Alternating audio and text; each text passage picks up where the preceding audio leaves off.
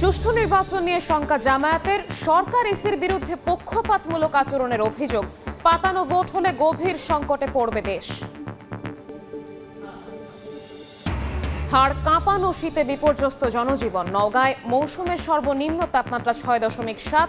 ঢাকার বাতাসে ক্ষুদ্র বিষাক্ত কণার উপস্থিতি বাড়াচ্ছে স্বাস্থ্য ঝুঁকি। যুক্তরাষ্ট্রে প্রবেশে দিতে হবে $15,000 পর্যন্ত জামানত। বাংলাদেশ সহ 38 দেশের নাগরিকদের জন্য নতুন ভিসা বন্ড নীতি 21 জানুয়ারি থেকে কার্যকর। এবং টি-20 বিশ্বকাপ খেলতে বাংলাদেশকে ভারতেই যেতে হবে। আইসিসির বার্তা, ক্রিক ইনফোর দাবি না কোচ বিসিবির।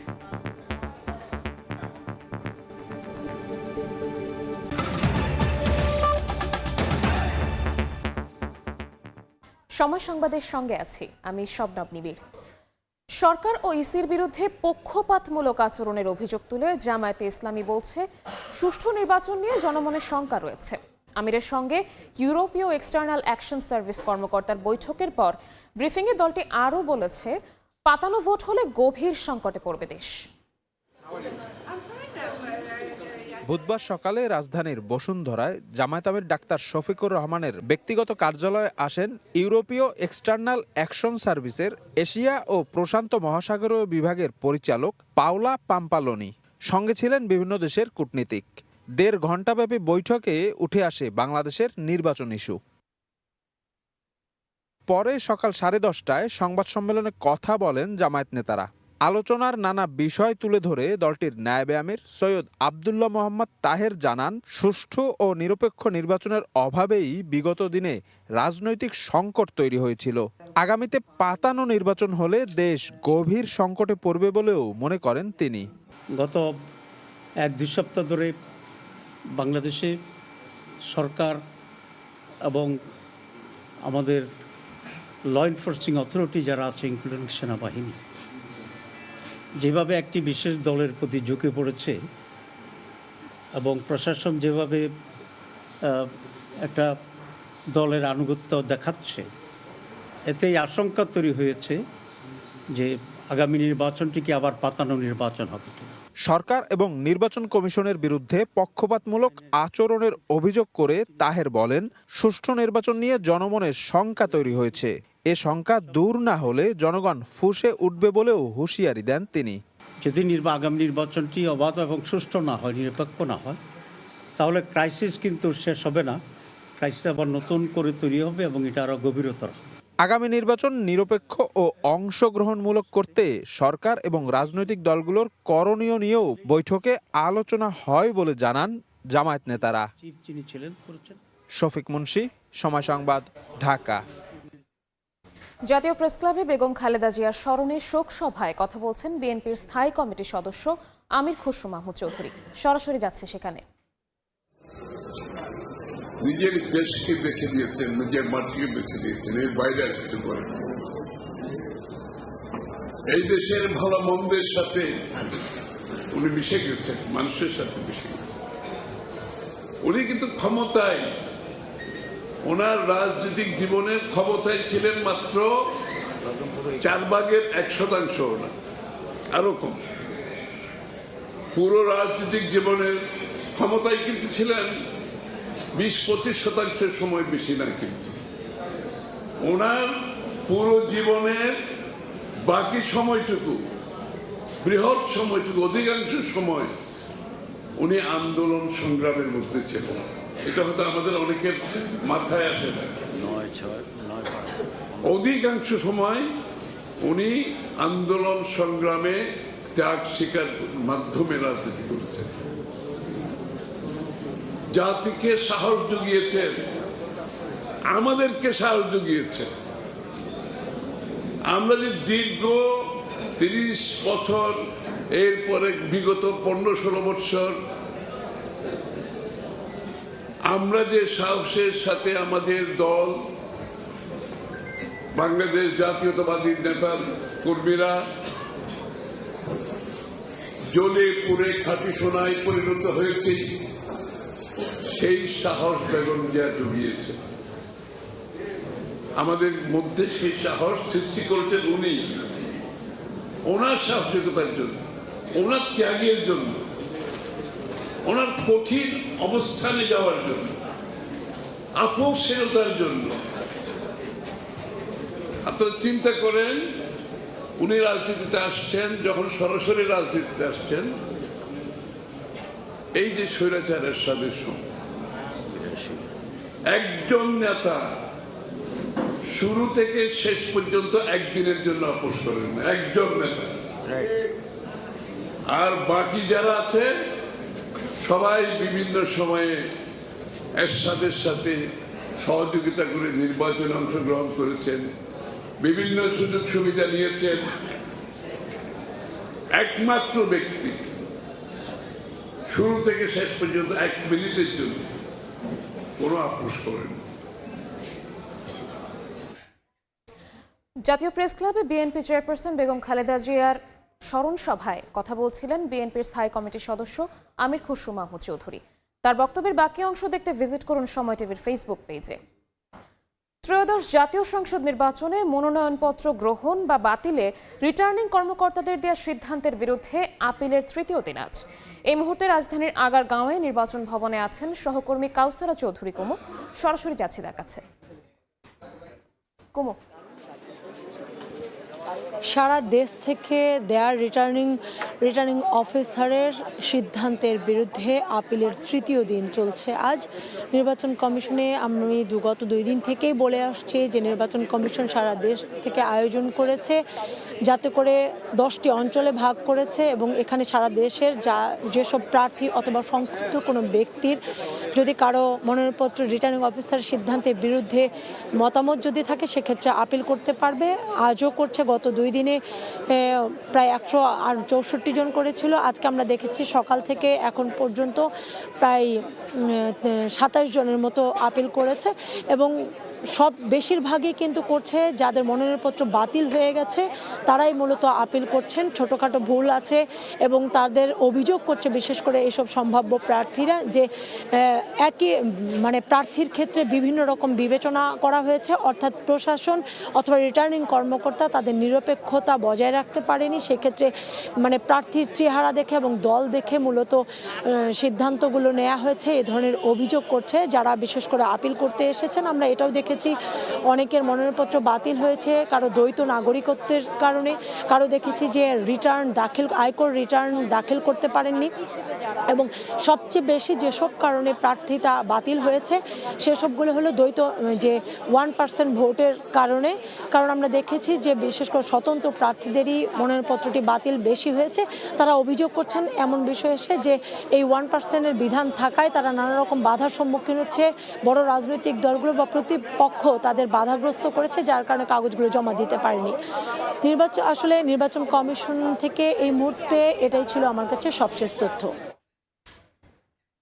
আগারগাঁও নির্বাচন ভবন থেকে সরাসরি যুক্ত হয়েছিলেন সহকর্মী কাউসারা চৌধুরী কুমু। 7 জানুয়ারি ভারত বাংলাদেশ সীমান্তে প্রশ্নে এক শোকাবহ দিন। 2011 সালে কুড়িগ্রামের অনন্তপুর সীমান্তে বিএসএফ গুলি করে হত্যা করে কিশোরী ফেলানীকে। কাঁটাতারে ঝুলে থাকা সেই দেহ বিশ্বকে নাড়িয়ে দিয়েছিল। ফেলানী হত্যার বিচারের অপেক্ষায় এখনো মা বাবা। কিন্তু প্রশ্ন হলো, ফেলানীর পর কি থেমেছে সীমান্ত হত্যা, নাকি বদলেছে শুধু তারিখ আর নাম? সীমান্ত হত্যার বর্তমান বাস্তবতা নিয়ে আব্দুল্লাহ শাফির প্রতিবেদন। বিয়ে ঠিক 14 বছরের কিশোরী পা দেবে জীবনের নতুন অধ্যায়ে। সব আয়োজন সম্পন্ন হলেও তার সঙ্গে ঘটে যাওয়া ঘটনা যে পুরো বিশ্বকে নাড়িয়ে দেবে তা কে জানত। 2011 সালের 7 জানুয়ারি কুড়িগ্রামের অনন্তপুর সীমান্তে বিএসএফের গুলিতে প্রাণ হারায় ফেলানী খাতুন। কাঁটাতারে ঝুলে থাকা সেই মরদেহ দেখায় রাষ্ট্রের অসহায়ত্বের নগ্ন ছবি। এরপর কেটে গেছে 14 বছর। ফেলানীর কবরের পাশে এখনো নীরবে দাঁড়িয়ে থাকেন তার বাবা মা। বাংলাদেশে যে কোনো সরকার আসুক, এটা আমার দাবি, আমি বিচার চাই। ফেলানীর বিচারটা আমি বেঁচে থাকতে আমি দেখতে চাই, আমি সীমান্ত হত্যা বন্ধ চাই। কয়েক দফায় আসামি খালাস পাওয়ায় থমকে আছে ফেলানী হত্যা মামলার বিচার প্রক্রিয়াও। ঢাকার ডিপ্লোম্যাটিক জোনের ভারতীয় হাইকমিশনের পাশের এই সড়কটির নাম ফেলানী অ্যাভিনিউ। প্রশ্ন হচ্ছে, একটি সড়কের নামকরণেই কি সব দায় শেষ হয়ে যায়? সীমান্তে আজও যখন গুলি চলে তখন এই সড়ক কি শুধুই কেবলমাত্র নামফলক হয়ে থাকে, নাকি প্রতিদিন প্রতি মুহূর্ত এইটাই মনে করিয়ে দেয় যে ফেলানী হত্যার বিচার আজও অসম্পূর্ণ। ফেলানির বিষয়টা নিয়ে ওপাশে কেস করেছেন এবং তারা কিন্তু এটা মুভ করতে চেষ্টা করেছেন। সুতরাং এই যে সিভিল সোসাইটির যে কন্ট্রিবিউশনটা বা মুভমেন্টটা আমাদের এদেশ থেকে এবং ওখান থেকেও, এদেরও কিন্তু এই ভয়েসটা রেজ করা আমার মনে হয় প্রয়োজন। যে কোনো ধরনের মানবাধিকার লঙ্ঘন এবং আন্তর্জাতিক আইনের আওতায় এনে সেটাকে দেখা যেত। পলিটিক্যালি রেসপন্স করলে হবে না, শুধু ডিপ্লোম্যাটিক্যালি ছাড়া রেসপন্স করলে হবে না। আমরা তো ইন্টারন্যাশনাল কমিউনিটিতে একটা রেসপন্সিবল মেম্বার, তো সেখানেও তো আমাদের একটা ভয়েস আছে। আমরা এই সবগুলাকে এক একটা করে যদি আমরা অ্যাড্রেস করতে পারি, আমার মনে হয় India is bound to response to this. Felani হত্যাকাণ্ডের পর সীমান্তে প্রাণঘাতী অস্ত্র ব্যবহার না করার বিষয়ে সিদ্ধান্ত হয়েছিল বিজিবি ও বিএসএফ এর মধ্যে। দুই দেশের রাজনৈতিক পর্যায়ের আলোচনাতেও সীমান্তে হত্যা শূন্যে নামিয়ে আনার প্রতিশ্রুতি দিয়েছিল ভারত, কিন্তু বাস্তবে তার প্রতিফলন দেখা যায়নি। ইন্ডিয়ার এই অ্যাটিচিউডটা কেন? আওয়ামী লীগের সময় তো সবচেয়ে ভালো সম্পর্ক ছিল। চায়নাতে এরকম বর্ডার কিলিং হচ্ছে না, পাকিস্তানে এরকম বর্ডার কিলিং হয় না। এই নিরাপত্তা বিশ্লেষক বলছেন, সম্পর্কের ভালো মন্দ নয়, কঠোর অবস্থান নিতে না পারার ব্যর্থতা এবং বাংলাদেশের প্রতি ভারতের মানসিকতাই দায়ী।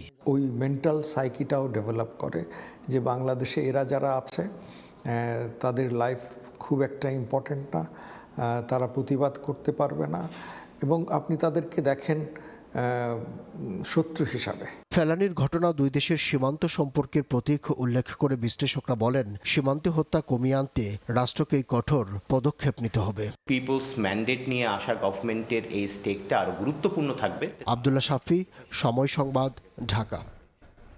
সময় সংবাদে আরও থাকছে। যোগসুর ভোট গণনায় ধীর গতি, ৩৯টির মধ্যে ১২ কেন্দ্রের ফল প্রকাশ। ছাত্রদল ছাত্র শিবির হাড্ডাহাড্ডি লড়াইয়ের আভাস। ভোট পড়েছে ৬০% বেশি। কনকনে শীতে কাঁপছে দেশ। মৌসুমের সর্বনিম্ন তাপমাত্রা নওগাঁর বদলগাছিতে রেকর্ড করা হয়েছে ৬.৭ ডিগ্রি সেলসিয়াস। হিম বাতাসে জনজীবনে নেমেছে স্থবিরতা। কাজে যেতে কষ্ট হচ্ছে শ্রমজীবীদের। আরও কয়েকদিন মৃদু থেকে মাঝারি শৈত্যপ্রবাহ থাকার পূর্বাভাস দিয়েছে আবহাওয়া অফিস। হাড় কাঁপানো শীতে বিপর্যস্ত জনজীবন, ঘন কুয়াশায় কাছের জিনিসও ঝাপসা। বুধবার নওগাঁয় তাপমাত্রা নামে ৬.৭ ডিগ্রি সেলসিয়াসে, যা চলতি মৌসুমে এ পর্যন্ত সর্বনিম্ন। এদিকে কুয়াশার কারণে দিনের বেলায় বাধ্য হয়ে হেডলাইট জ্বালিয়ে সড়কে চলাচল করে যানবাহন। তীব্র ঠান্ডায় চরম বিপাকে পড়েন খেটে খাওয়া মানুষ। শরীর উষ্ণ রাখতে কেউ কেউ রাস্তার পাশেই খড়কুটো চালিয়ে আগুনের তাপ নেন। ঠান্ডাতে কোনো কাজ করা যাচ্ছে না, খুব হাত পা অবেশ আছে, ঠান্ডা ধরে। 10 ফিট বা 15 ফিট সামনে দেখা যাচ্ছে না, টোটালি একেবারে দেখা যাচ্ছে না। এত তাপমাত্রা, আমার হাত পা ঠান্ডা বরফ হয়ে আসতেছে।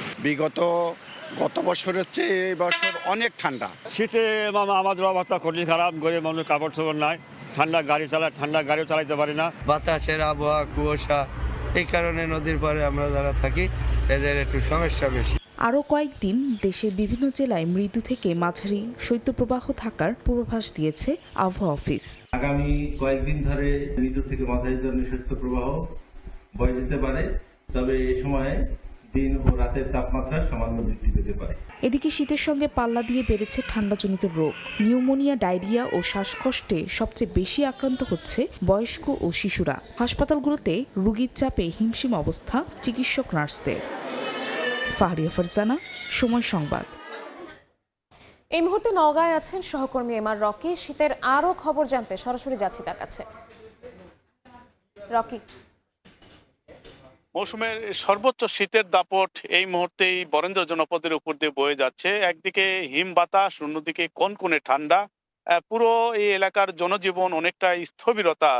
যদিও আজ তাপমাত্রা রেকর্ড করা হয়েছে ৬.৭, এই মৌসুমের সর্বনিম্ন তাপমাত্রা এটি, এবং এই আবহাওয়ায় আসলে প্রাণপণের কিন্তু বিরূপ ছাপ আমরা লক্ষ্য করছিলাম।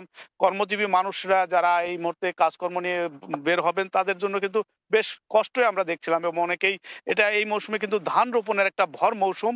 এই মৌসুমে এই এলাকায় মাঠঘাটে ব্যস্ততা বাড়ে, তবে যারা ধান রোপণ করতে আসছেন তাদের কিন্তু প্রচন্ড কষ্ট। এই ঠান্ডা পানিতে নেমে এরকম কাজ করতে হচ্ছে। অনেকেই কিন্তু কাজ করতে না পেরে চলে যাচ্ছে। কিছুটা বিলম্বিত হচ্ছে এবার এই বোরো চাষাবাদ, এবং আরেকটি বিষয় আমরা লক্ষ্য করছিলাম, এই তাপমাত্রা নিচে নেমে যাওয়ার কারণে পুরো এলাকার আসলে নিম্ন আয়ের মানুষের, কর্মজীবী মানুষের কিন্তু আয় রোজগারে বেশ টান পড়েছে। এবং আমরা আজকে যে চিত্রটি দেখলাম, সকাল 10টার পর কিছুটা হালকা রোদের আবহাওয়া ছড়াচ্ছে, কিন্তু সেই রোদের তেজ নেই।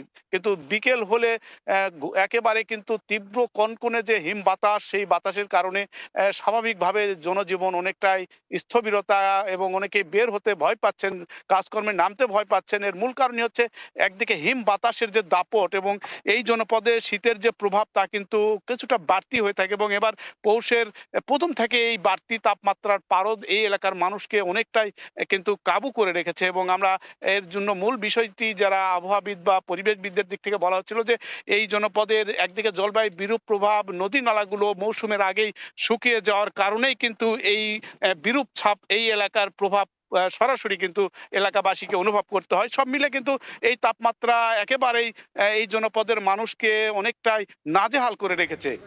এই ছিল সার্বিক নওগাঁর এই মৌসুমের সর্বনিম্ন যে তাপমাত্রার খবর আমার কাছে। নওগাঁ থেকে সরাসরি যুক্ত হয়েছিলেন সহকর্মী এমআর রকি। উত্তরাঞ্চল সফরে যাচ্ছেন বিএনপির ভারপ্রাপ্ত চেয়ারম্যান তারেক রহমান। 11ই জানুয়ারি থেকে 9 জেলায় বিভিন্ন কর্মসূচিতে অংশ নেবেন তিনি। নিরাপত্তা চেয়ে সরকারের কাছে চিঠি দিয়েছে বিএনপি ভারপ্রাপ্ত চেয়ারম্যানের একান্ত সচিব ABM আব্দুস সাত্তার স্বাক্ষরিত চিঠি জেলাগুলোর প্রশাসক ও রিটার্নিং অফিসারের কাছে দেওয়া হয়েছে। মাওলানা আব্দুল হামিদ খান ভাসানী, শহীদ আবু সাইদ, মরহুমা তৈয়বা মজুমদার ও জুলাই আন্দোলনের শহীদদের কবর জিয়ারত করবেন তারেক রহমান। বগুড়ায় মায়ের দোয়া মাহফিলে যোগ দেবেন তিনি। এছাড়া জুলাই আন্দোলনে আহত ও শহীদ পরিবারের সঙ্গে সাক্ষাৎ করবেন তারেক রহমান। সংশ্লিষ্ট কর্তৃপক্ষ, আইন শৃঙ্খলা বাহিনী ও সরকারের কাছে প্রয়োজনীয় নিরাপত্তা প্রদানে আবেদন জানায় বিএনপি। সফরের তালিকায় রয়েছে টাঙ্গাইল, সিরাজগঞ্জ, বগুড়া, রংপুর, দিনাজপুর, ঠাকুরগাঁও, পঞ্চগড়, নীলফামারী ও লালমনিরহাট। জগন্নাথ বিশ্ববিদ্যালয় কেন্দ্রীয় ছাত্র সংসদ নির্বাচনের ভোট গণনায় ধীর গতি। এখন পর্যন্ত 39টি কেন্দ্রের মধ্যে 12টির ফল ঘোষণা করা হয়েছে। প্রকাশিত ফলে ছাত্রদল ও ছাত্র শিবির সমর্থিত প্রার্থীদের হাড্ডাহাড্ডি লড়াইয়ের আভাস পাওয়া যাচ্ছে। মঙ্গলবার সকাল 9টা থেকে বিকেল 3টা পর্যন্ত ভোট গ্রহণ শেষে প্রথম দফায় ভোট গণনা শুরু হয়। পরে মেশিনের কারিগরি ত্রুটির কারণে রাত 8টা 50 মিনিটে ভোট গণনা স্থগিত করা হয়। বুধবার রাত 12টা 40 মিনিটে দ্বিতীয় দফায় ভোট গণনা শুরু হয়। নির্বাচনে ভোটার উপস্থিতির হার 66.18%। সময় সংবাদে আরও থাকছে। গ্রিনল্যান্ড ইস্যুতে ইউরোপের সঙ্গে যুক্তরাষ্ট্রের টানাপোড়েন, প্রয়োজনে সামরিক অভিযানের হুঁশিয়ারি ট্রাম্পের। ডেনমার্কের পাশে ফ্রান্স, ইতালি ও ব্রিটেন। এবার বাণিজ্যের সংবাদ।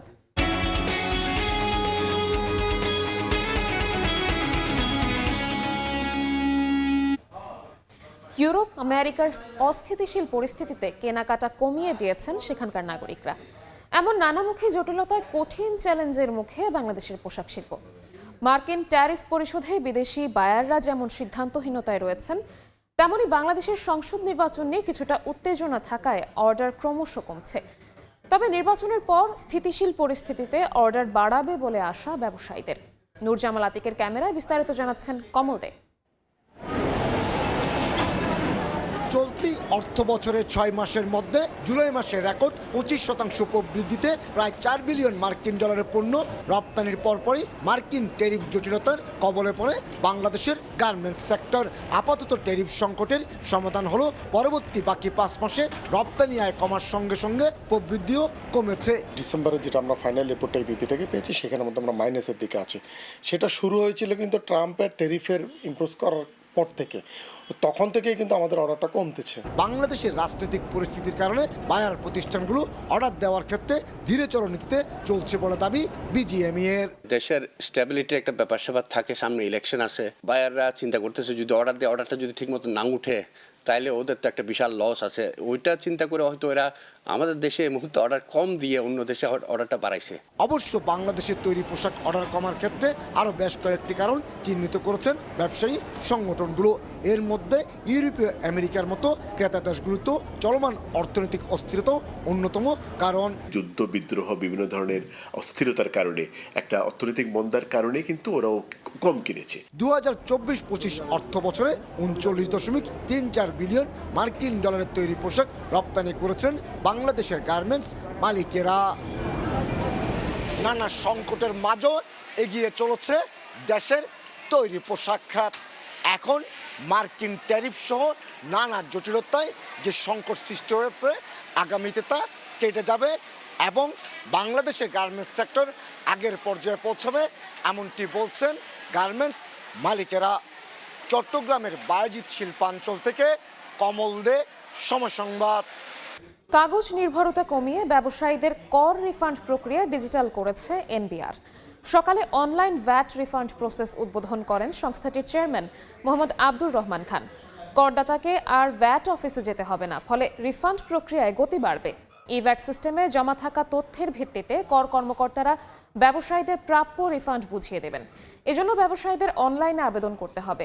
আয়কর, কাস্টমস শুল্ক সহ অন্যান্য করের রিফান্ডও ধাপে ধাপে অনলাইন পদ্ধতির আওতায় আনবে এনবিআর। যুক্তরাষ্ট্রে প্রবেশে $15,000 পর্যন্ত জামানত বা বন্ড দিতে হবে বাংলাদেশ সহ 38 দেশের নাগরিকদের। স্থানীয় সময় মঙ্গলবার মার্কিন পররাষ্ট্র দপ্তরের ওয়েবসাইটে প্রকাশিত তথ্যে জানা যায়, বাংলাদেশ সহ নতুন যুক্ত দেশগুলোর নাগরিকদের আগামী 21 জানুয়ারি থেকে এই ভিসা বন্ড নীতি কার্যকর হবে। যেসব আবেদনকারী B1 বা B2 ভিসার জন্য যোগ্য বলে বিবেচিত হবেন, তাদের ভিসা সাক্ষাৎকারের সময় 5,000, 10,000 বা সর্বোচ্চ $15,000 বন্ড জমার পরিমাণ নির্ধারণ করা হবে। পররাষ্ট্র দপ্তর জানায়, আবেদনকারীদের যুক্তরাষ্ট্রের ট্রেজারি ডিপার্টমেন্টের অনলাইন প্ল্যাটফর্মের মাধ্যমে এই জামানতের শর্তে সম্মতি জানাতে হবে। গ্রিনল্যান্ড দখলে সামরিক শক্তি ব্যবহার সহ বিকল্প কৌশল নিয়ে মার্কিন প্রেসিডেন্ট ডোনাল্ড ট্রাম্প আলোচনা করছেন বলে জানিয়েছে হোয়াইট হাউস। বিবিসির খবরে বলা হয়, যুক্তরাষ্ট্রের জাতীয় নিরাপত্তার জন্য দ্বীপটি অধিগ্রহণ গুরুত্বপূর্ণ বলে মনে করছেন ট্রাম্প। যদিও এর বিরোধিতা করছেন ইউরোপীয় নেতারা। ফ্রান্স, জার্মানি, যুক্তরাজ্য, ইতালি সহ বিভিন্ন দেশ একাট্টা হয়ে তীব্র প্রতিক্রিয়া জানিয়েছে। বিবৃতিতে দেশগুলো জাতিসংঘ সনদের নীতিমালা মেনে চলার আহ্বান জানায়। 2026 টি-20 বিশ্বকাপে বাংলাদেশের অংশগ্রহণ নিয়ে নতুন করে তৈরি হয়েছে ধোঁয়াশা। বাংলাদেশের ভেন্যু পরিবর্তনের অনুরোধ রাখেনি আইসিসি। টাইগারদের সব ম্যাচ খেলতে হবে ভারতেই, আর খেলতে না গেলে থাকবে পয়েন্ট হারানোর ঝুঁকি। ক্রিকেট ভিত্তিক ওয়েবসাইট ক্রিকইনফোর এমন দাবি নাকচ করে দিয়েছে বিসিবি। ইন্ডিয়ান প্রিমিয়ার লিগে মুস্তাফিজের বাদ দেওয়ার ইস্যুতে জল গড়িয়েছে বহুদূর। ভারতে বাংলাদেশি ক্রিকেটারদের নিরাপত্তার বিষয়ে শঙ্কা প্রকাশ করে আইসিসিকে চিঠি দেয় বিসিবি, যেখানে টি-20 বিশ্বকাপে বাংলাদেশের ম্যাচগুলো অন্যত্র সরিয়ে নেওয়ার অনুরোধ করে। বিসিবির সেই চিঠি আমলে নেয় ক্রিকেটের সর্বোচ্চ নিয়ন্ত্রক সংস্থা। চিঠির প্রেক্ষিতে গত মঙ্গলবার বিসিবির সঙ্গে অনলাইনে বৈঠক করে আইসিসি, আর সেখানে আসে চূড়ান্ত সিদ্ধান্ত। ক্রিকেট ভিত্তিক ওয়েবসাইট ক্রিকইনফোর দাবি, টি-20 বিশ্বকাপের ম্যাচ ভারতেই খেলতে হবে টাইগারদের। তাদের স্পষ্ট বার্তা, এই মুহূর্তে বাংলাদেশের ভেন্যু পরিবর্তন সম্ভব নয়, তাই বিসিবির অনুরোধ রাখতে পারেনি আইসিসি। ক্রিকেটের নিয়ন্ত্রক সংস্থার আরও দাবি, ভারতে বাংলাদেশ খেলতে না গেলে পয়েন্ট হারানোর ঝুঁকিও থাকবে। তবে এ নিয়ে অফিসিয়াল কোনো বিবৃতি জানায়নি কোনো পক্ষই। তবে বিসিবির বিভিন্ন সূত্রের খবর, আইসিসি থেকে এখনও চূড়ান্ত কোনো সিদ্ধান্ত পায়নি ক্রিকেট বোর্ড। 20 দলের টি-20 বিশ্বকাপ 7 ফেব্রুয়ারি থেকে শুরু হয়ে চলবে 8 মার্চ পর্যন্ত। স্বাগতিক ভারত ও শ্রীলঙ্কা। গ্রুপ সিতে থাকা বাংলাদেশের প্রথম 3টি ম্যাচ কলকাতায়। 7 ফেব্রুয়ারি ওয়েস্ট ইন্ডিজের বিপক্ষে বিশ্বকাপের অভিযান শুরু টাইগারদের। এরপর 9 ফেব্রুয়ারি বাংলাদেশের প্রতিপক্ষ ইতালি, 14 ফেব্রুয়ারি ইংল্যান্ড। গ্রুপ পর্বে বাংলাদেশের শেষ ম্যাচ 17 ফেব্রুয়ারি মুম্বাইয়ে, যেখানে প্রতিপক্ষ নেপাল। বিশ্বকাপ শুরুর মাত্র 1 মাস আগে তৈরি হওয়া এমন ঘটনায় কঠিন সংকটে পড়েছে আয়োজক ভারত। ফাহিম ইসলাম, সময় সংবাদ। সময় সংবাদের শীর্ষ সংবাদগুলো জানিয়ে দিচ্ছি আরও একবার। উত্তরাঞ্চল সফরে যাচ্ছেন তারেক রহমান। 11 জানুয়ারি থেকে 9 জেলায় অংশ নেবেন বিভিন্ন কর্মসূচিতে। নিরাপত্তা চেয়ে সরকারকে বিএনপির চিঠি। সুষ্ঠু নির্বাচন নিয়ে শঙ্কা জামায়াতের। সরকার ইসির বিরুদ্ধে পক্ষপাতমূলক আচরণের অভিযোগ। পাতানো ভোট হলে গভীর সংকটে পড়বে দেশ। এবং টি-20 বিশ্বকাপ খেলতে বাংলাদেশকে ভারতেই যেতে হবে, আইসিসির বার্তা। ক্রিকইনফোর দাবি নাকচ বিসিবির।